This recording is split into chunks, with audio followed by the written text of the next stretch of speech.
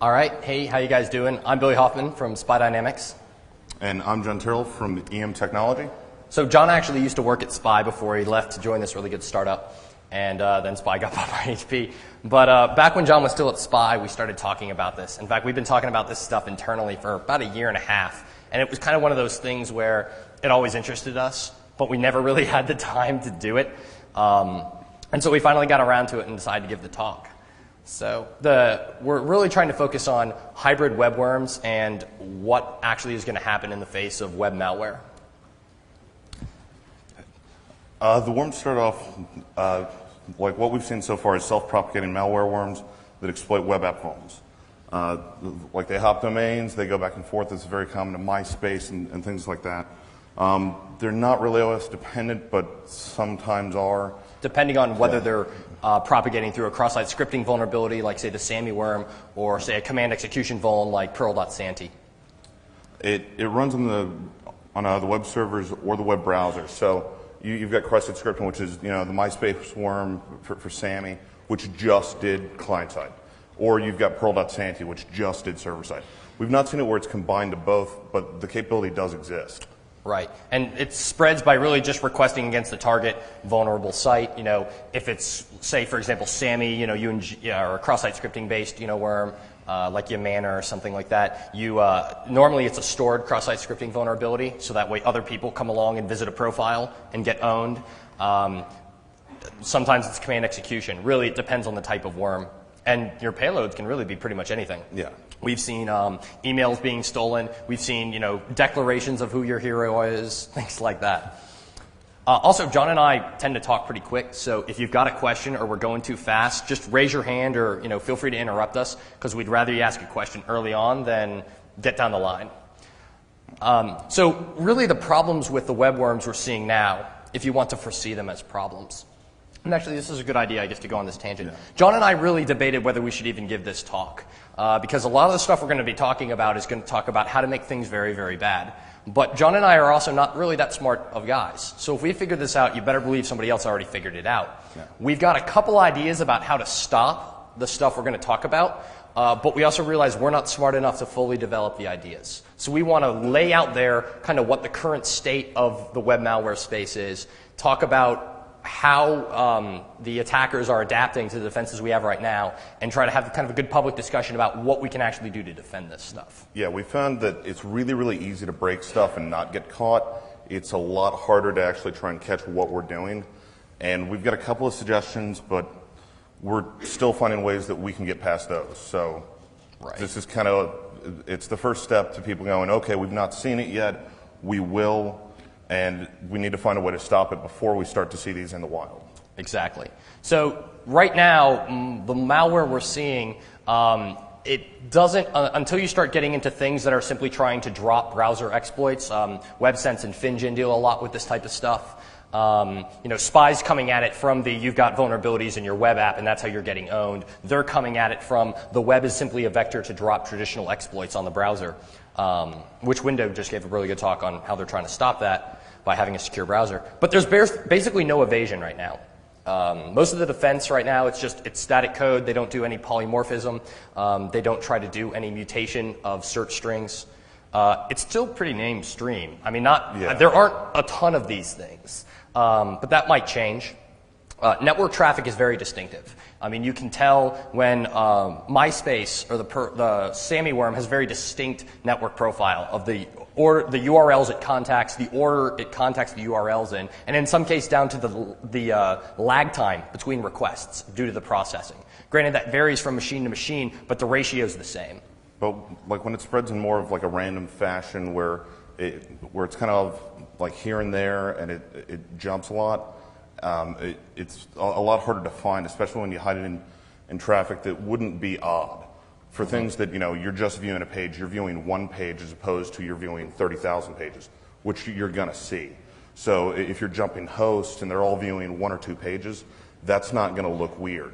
Right. There's also, these things kind of suffer from silver bullet fixes, right? I mean, SAMI existed because of particular cross-site scripting vulnerability. Yamana existed because of cross-site scripting. SAMI, I mean, all of these things go on. The QuickTime stuff that hit MySpace a little while ago, exploiting href track. These things were silver bullet fixes. You applied the patch and you were done with it. We're really looking at, well, how could you make something that you just don't patch something? It keeps going. Also, the way it finds new hosts is signaturable. The case in point was Pearl.Santi. It used Google to find vulnerable hosts. It did a little Google dork trying to find, it was like PHPBB. Right. And so the way it selected hosts was really poor. It picked like a CC TLD and then searched for PHPBB vulnerable sites in that domain. But it was a static search string. It was actually inside the Perl code. So as soon as somebody got a copy of the virus, which was all over the place, Google said, well, wait a minute, if that's the string they're searching on, if anyone ever searches for that, we'll just return an error page. So now, and the worm stopped. Yeah, now it's like you can go for PHPBB version 7 or 7.0.1, and you can still find it and it still goes through fine. But they're not going to catch it because it could be a valid search. And we'll talk a lot more about how to actually mutate search strings, but we're just trying to show kind of right now there are some deficiencies from a BlackHat perspective in the type of malware we're seeing. So John really came up with this, and we fleshed it out over, I guess a couple weeks, right? Yeah, well, it's been going on for about a year now. But this was responsible for a lot of our light discussions. Yeah. So we really came up with this concept of a hybrid webworm to try to overcome a lot of these shortcomings. It would combine basically a server-side component and a client-side component. So it's not like SAMI, which just exploits the browsers, or it's not like SQL Slammer, which just exploits servers. It's going to do both. Exploits, yeah, that's going to run everything from client side to server side, back and forth. It's file inclusion, command execution, PHP includes. It's stored, cross-site scripting, it's SQL injection, and it doesn't matter what's going to do the attacking. You can normally hit it from both server or client side, so it's going to get nasty. And this is why we said it's kind of OS independent, right? If you're SQL injectable, or if you're cross-site scriptable, it doesn't matter what OS you're running, because I'm not really attacking the operating system, I'm attacking the browser. But if I'm doing, say, there's a command injection vulnerability, if your web server is running on a Unix host or a Windows host, it actually matters. So, and again, all of these are written in interpreted languages to try to make them as cross-platform as possible.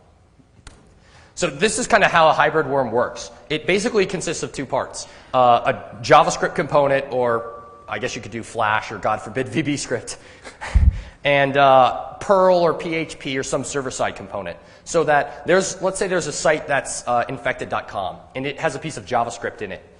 So when you visit the site, Alice, it gets downloaded to her machine. It's now running in her browser and can leverage Alice's credentials to get to other websites. It finds a file, and we'll get into how it finds them, but it finds a command injection vulnerability in site.com, and it takes that Perl component of it, which right now is just sitting in a variable, a JavaScript variable, and injects it into the site.com and bringing along a little copy of the JavaScript. So the JavaScript's now inside the Perl component, and you're in site.com. Now I've got command execution on the server, so I can, in this case, jump straight from site.com to other.com through possibly command injection vulnerability, however it hops. And then, let's say other.com, they've got maybe IDS or firewall rules so that other.com, that web server, isn't able to get to other web servers. Well, in that case, the worm goes ahead, reverts back to its JavaScript form, simply writes itself out into the web root, into the HTML files in its JavaScript form again, and so it's able to get back out to people's machines and runs. Right, and this can go back and forth, and it can send a small attack and then go back and pull more code, or it can be one large chunk. And we actually found that the code for JavaScript and Perl and Tickle, it's all scripted, and the structure is so similar that it's a question of comment blocks to take out stuff that's just for that language. So you've got one big stretch that you can actually throw in there, and it works cross-language. Right. You actually could take a single block of code, and based on Perl, because both Perl and JavaScript have an eval statement to execute code that's stored in a string, and you use comments, right? Perl uses a different thing to denote comments, the hash, than JavaScript. And so you put it in a try-catch in JavaScript, and so if you give this code to a Perl interpreter, it runs the Perl code. You give the exact same code to a JavaScript interpreter, it runs the JavaScript version. So this flopping back and forth between the languages is relatively easy to do, and it drastically increases your pool of targets. And you've got done on size, too, because if you've got 8 different versions of the same worm, that's going to be a problem, especially if you've all got to sort in one spot. But if you can share the code, you can cut it down to be the size of 1.5 of one worm. Right. I mean, your code, a lot of your code syntax actually will work in one language and another, so you can actually share, the same function that's used by Perl is also used by JavaScript. So it's also cross-domain, right? We have multiple methods of finding new domains to affect, which we'll jump into. It's targeted propagation versus blind packet blast, like say, MS Blaster or Hacked by Chinese version 4.5 or what have you.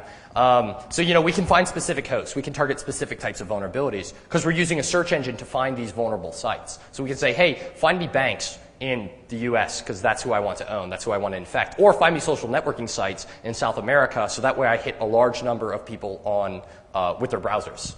Right, which now, like we can do a targeting for client side and server side, where you can say, okay, you've got access to a 10 range or 192 or like 172. You can also say this person has visited a bank.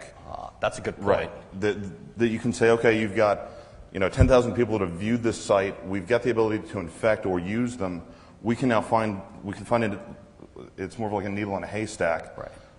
And say that this person goes to this bank, this person goes to this bank, and we can just go at them and not blindly hit it from 10,000 people. We can also make it targeted, right? There's a hack that got talked about here last year about how JavaScript can actually find out what sites you visited. Yeah. It uses a cascading style sheet trick to create a link and then check the color of the link to see whether you're visiting it. So when the worm's running on the browser, it can start saying, hey, what banks have they logged into?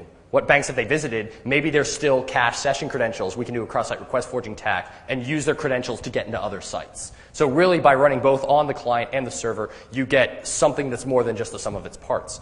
The big thing that John and I are focusing on today that we're going to talk a lot about is ensuring maximum survivability of the worm. And remember, we got to talk about the bad stuff to get to how to stop it. So we wrote basically polymorphic source code. It's a mutation engine, but instead of mutating opcodes like x86 bytecode, it's actually mutating JavaScript source and Perl source. Basically, we're going to change the syntax of the code there without actually changing the functionality.